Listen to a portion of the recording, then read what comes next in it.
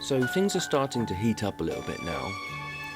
Of course, we've still got about 2 months left before the actual election day on the 1st of May, and the campaigns themselves won't start for another few weeks yet, so there's still time for candidates to announce themselves.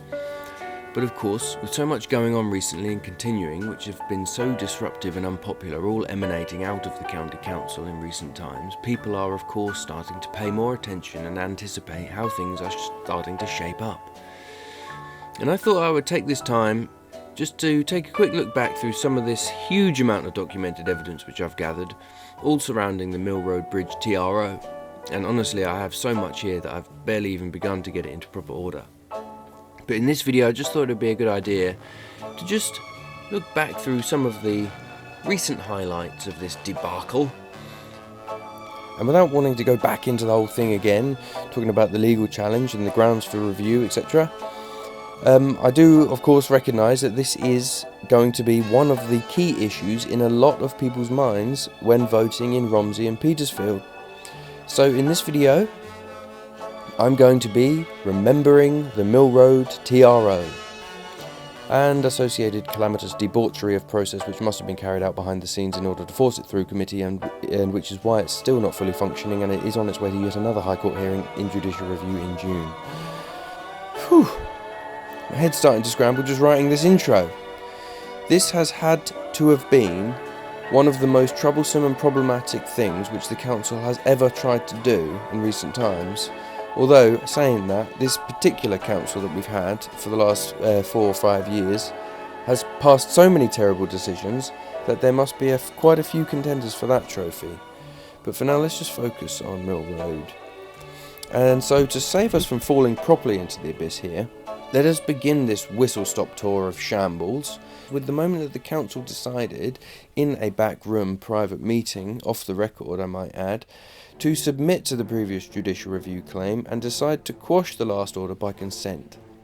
That was in July 2024, off the record, in a closed room meeting by officers, not the committee, and not done in an accountable way.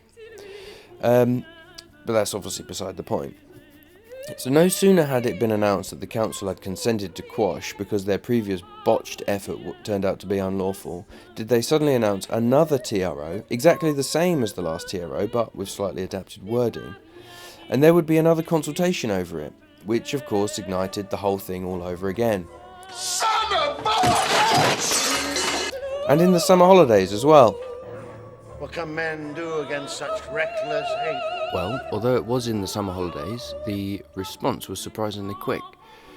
Another poster, another whole load of tens of thousands of pamphlets, more dozens of volunteers, more door-to-door, more leaflet dropping, got the word out very quickly and rapidly, pushed the awareness as far as possible.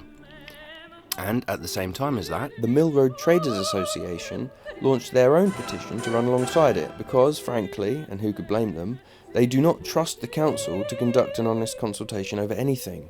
This was, after all, the 4th, I think, lost count, consultation over this same dratted measure.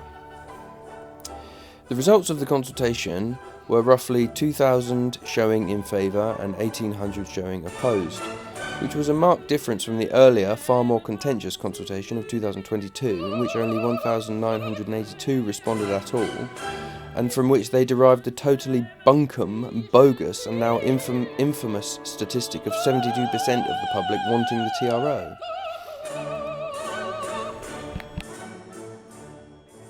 Okay, I'm just mentioning it for memory. At the same time as this, just over 1,650 people signed the petition against the TRO. After the closing of the consultation, the committee was set for the 4th of October, but the issue under discussion was so important locally that it was to have its own special session dedicated to it, and in order to avoid accusations of bias and predetermination, which formed part of the previous legal challenge, which they wriggled out of, every sitting member had to be replaced. Before we could get to the committee date, however, it was revealed by a certain local amateur journalist, I forget his name now, and it was picked up by Alex Spencer of the Cambridge Independent and put on the front page. The fact that the Mill Road busgate had been a specific requirement from the Department of Transport as part of a deal to secure £4.3 million of funding for electric buses with the Mayor. The Mayor himself denied all knowledge of this, of course, as did the Department of Transport, as well as the County Council and the CPCA, all renouncing the statement completely and pointing vague fingers of blame in other directions. This, of course, caused quite a stir, and a follow-up investigation by the same reporter from the Cambridge Independent found that the specific directive had been made by a special advisor working in 10 Downing Street. Boy, that escalated quickly. It jumped up a notch. It did, didn't it? So much for local democracy, eh?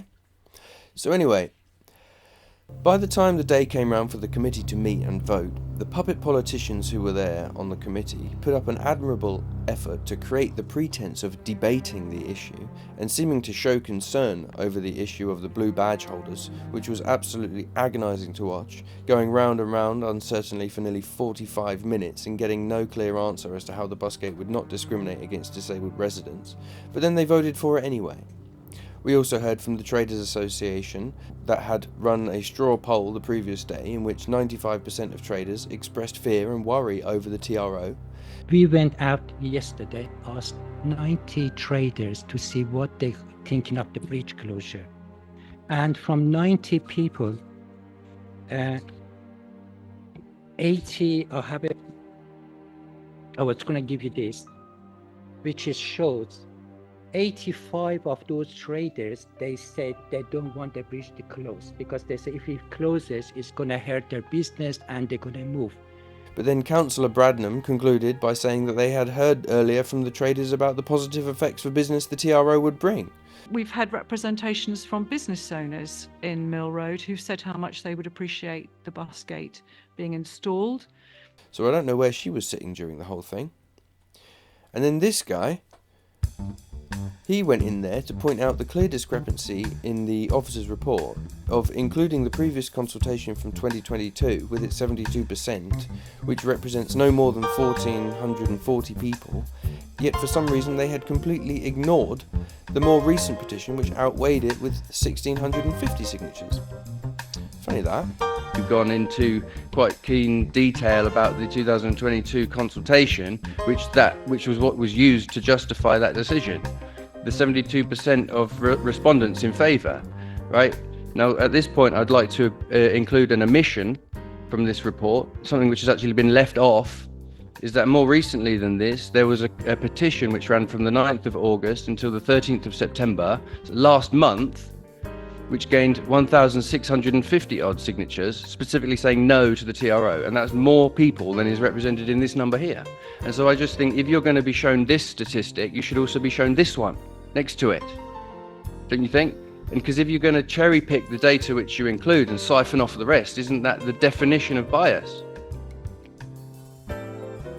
As decision makers, you need to have all the facts available before you make your mind up. Is that not right?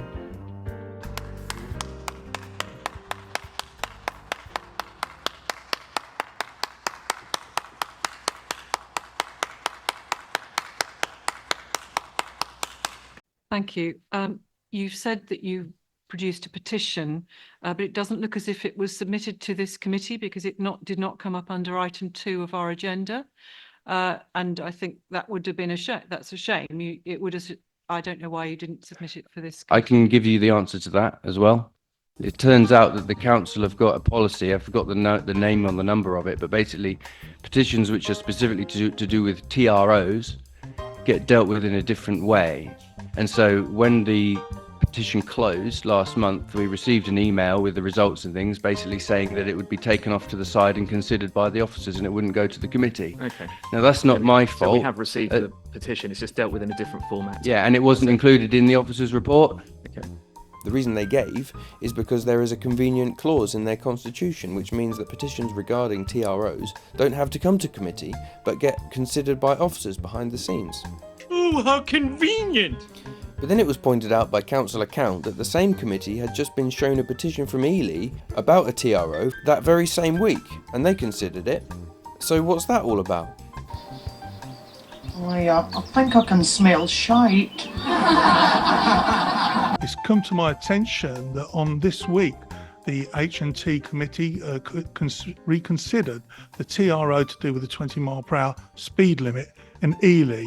There was a petition that was presented and allowed to go to committee and was allowed to be presented at the committee. Yes, I can definitely smell shite. It seems to me that we cannot have one rule for this committee, a cherry picking which petitions it allows, and on the very same week on a TRO allow another petition. Thank you. Perhaps some clarity. Okay, let's get some clarity from our Dem Services officer. Thank you, Chair. Yeah, the petition that went to the committee meeting on Tuesday was in relation to a TRO that had already been passed. And so the petition wasn't seeking to impact on the decision on the TRO. It was looking at the way in which the process had been carried out and wider issues, rather than trying to impact the actual decision on the TRO, which is the objective of these petitions. Well, that's definitely shite. And there was also this other falsity in the document, which I pointed out, which they then had to amend, which referred to a comment made by Councillor Shaler, who's currently standing for re-election in Rumsey, who had told me that if he had ever been shown any evidence that closing the bridge harmed business, then he would never have voted for it. But actually, he had been shown data from the traders from the 2019 closure, which showed a 30% drop in trade. The officer's report, for some reason, thought that this could be explained away by the pandemic lockdown, even though in 2019 the pandemic hadn't even started yet.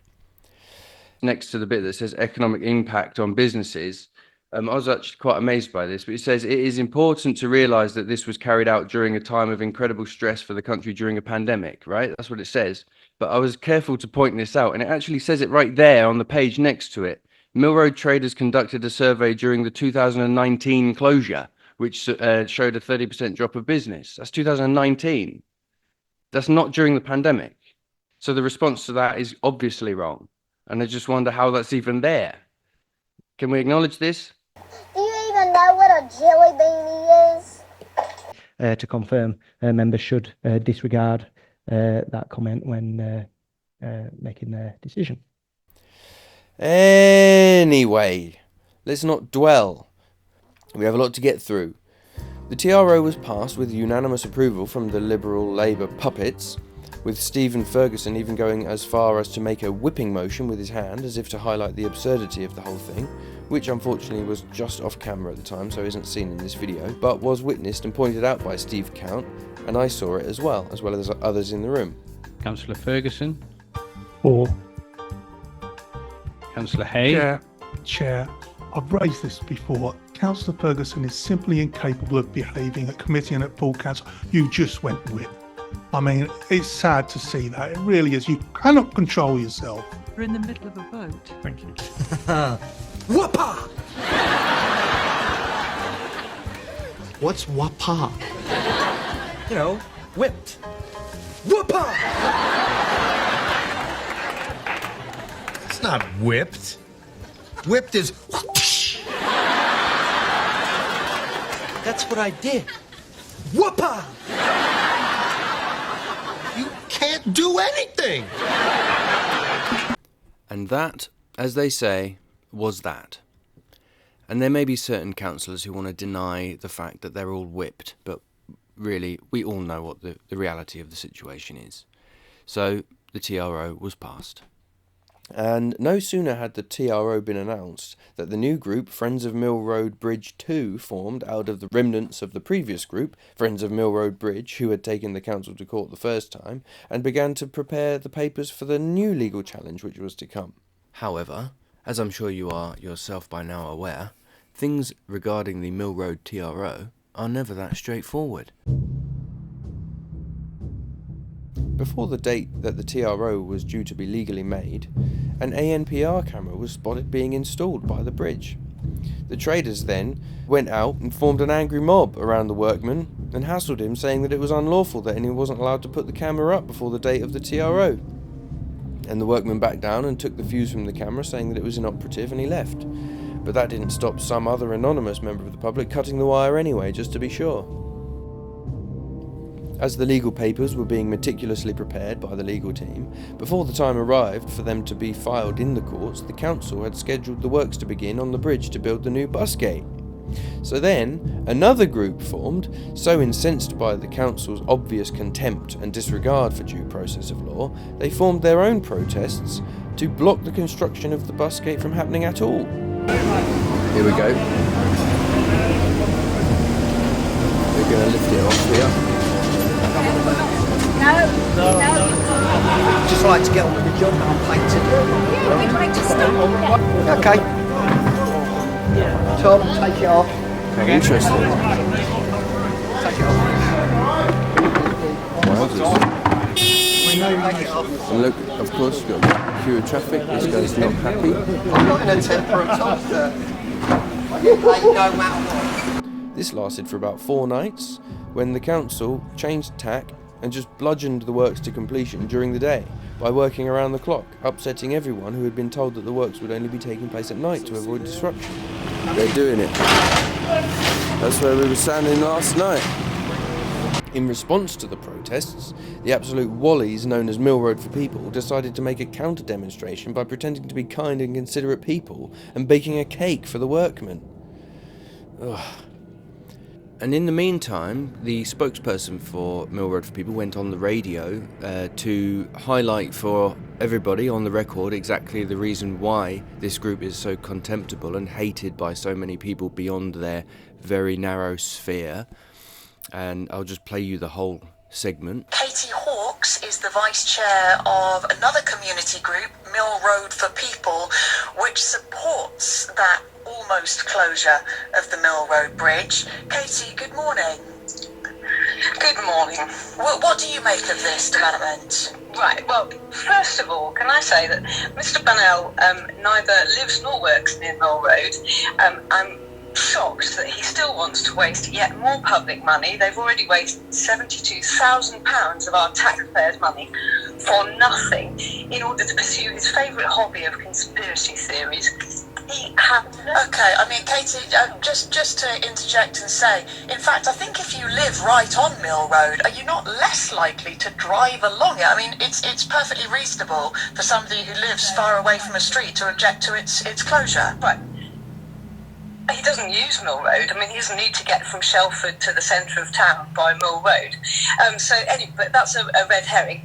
The fact is that there is plenty of evidence to show that less traffic, less motor traffic on high streets increases footfall, increases business. Plenty of evidence for that.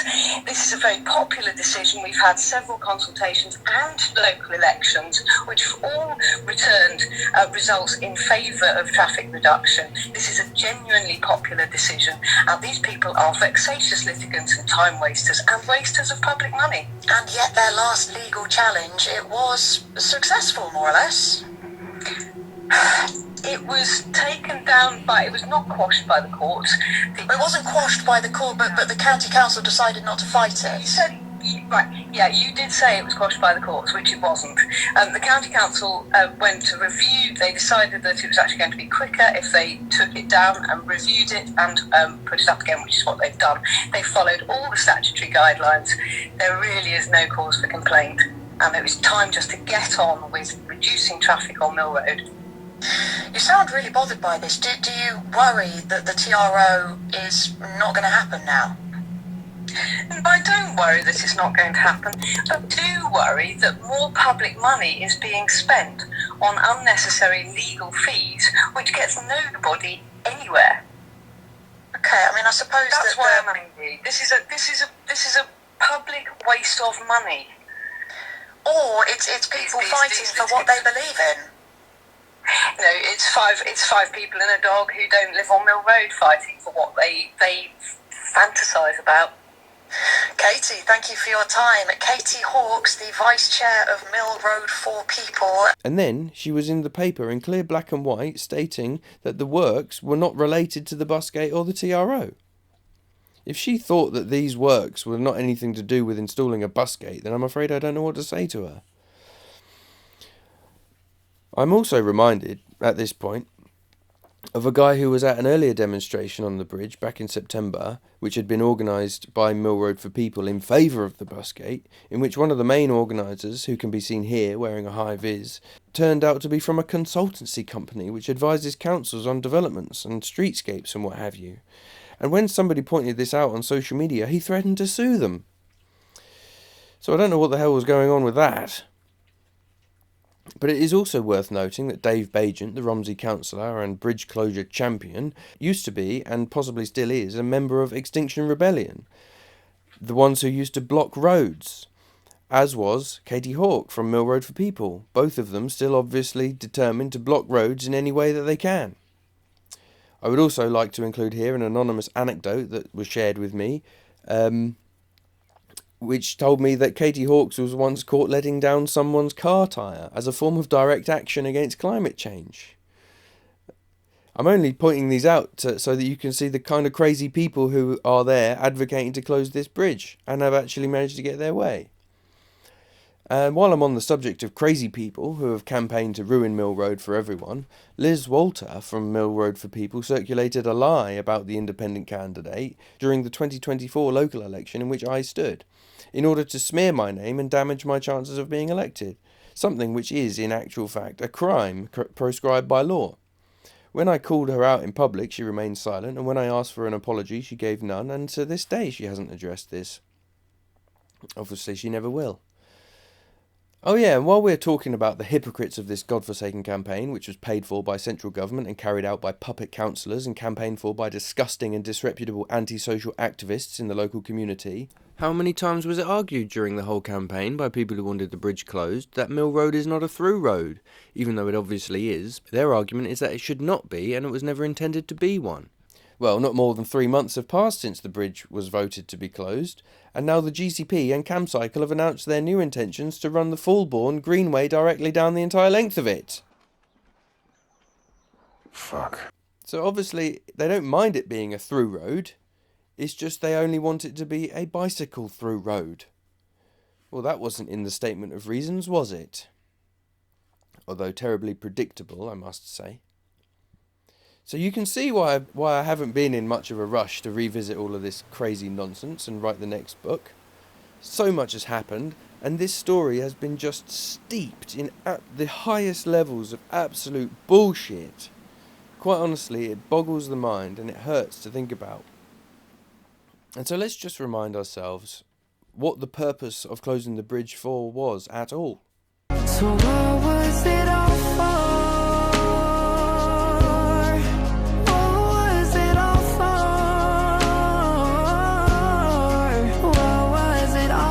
Shut up, Wesley. It was to reduce traffic and congestion.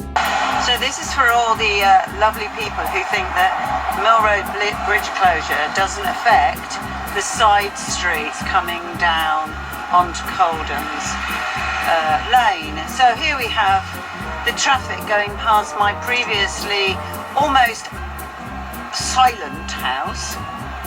And here we have all the traffic coming down. This is, of course, not displaced traffic from Mill Road at all, is it? No, not at all. It was to make the roads safer. It was to clean up the air. And at the same time, as the TRO was supposed to be becoming active, the City Council actually announced that it had achieved its air quality targets and so no longer needed to monitor for particulate matter because the air is already clean enough.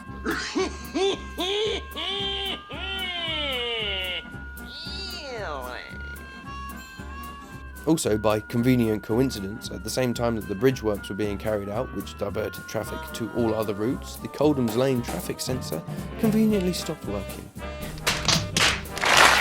And without going on and on and on about all this bizarre nonsense which has come out of this absolute crazy fiasco of our modern times, let me just try to wrap this up here with the thing that prompted me to revisit this absolute shit show in the first place.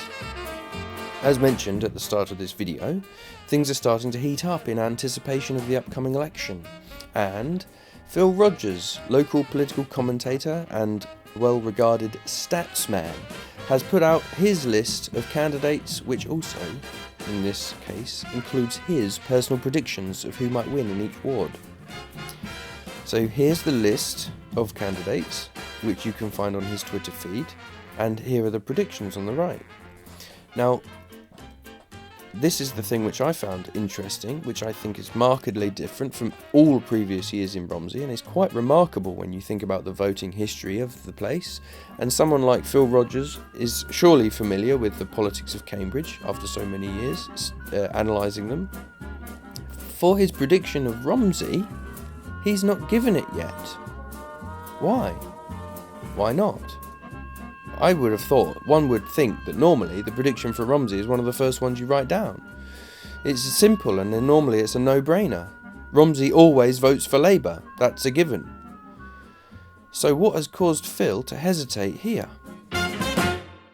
Could it be that there is some variable factor this year which makes it different to previous years, which is coming into play, which is making it different? What could it be? What is causing his prediction analysis to be different in Romsey than in normal years? What could possibly have changed in Romsey? What could it be in Romsey that is making it difficult to predict voter behaviour this year? I wonder. Anyway, there you have it. That is my whistle-stop brain fuck. That is the review of everything which has happened in the last 6 months, all to do with the Mill Road TRO. As I'm sure you can see, it's been an absolute nightmare. And, more importantly, it must surely be influencing and weighing heavily on the voters' minds who are going to be deciding who to vote for this May in Romsey and Petersfield. Thank you.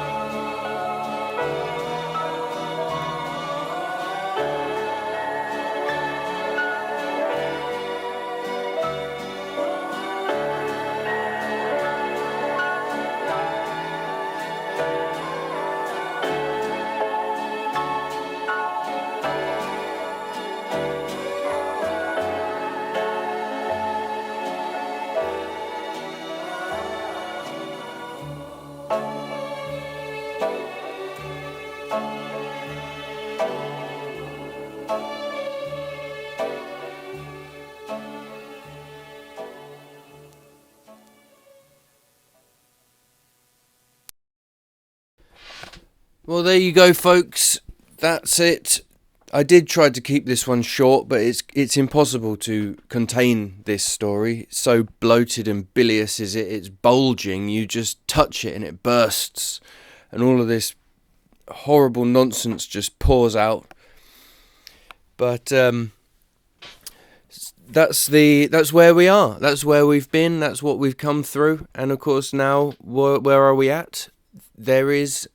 You may have noticed yourselves, there is now a new group named Cambridgeshire Action Group.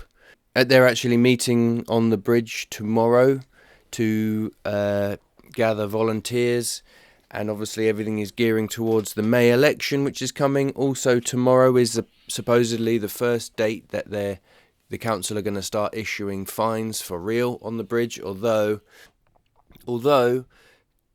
to just include an interesting update, in the time that it's taken me to actually put this video together and then edit it and then check that it's all right, I have been informed that somebody has spray painted the camera red. So actually issuing fines on the 1st of March as scheduled is going to be impossible until somebody goes and cleans it off. Which is just a sign of how... It's just a sign of the true picture, you know.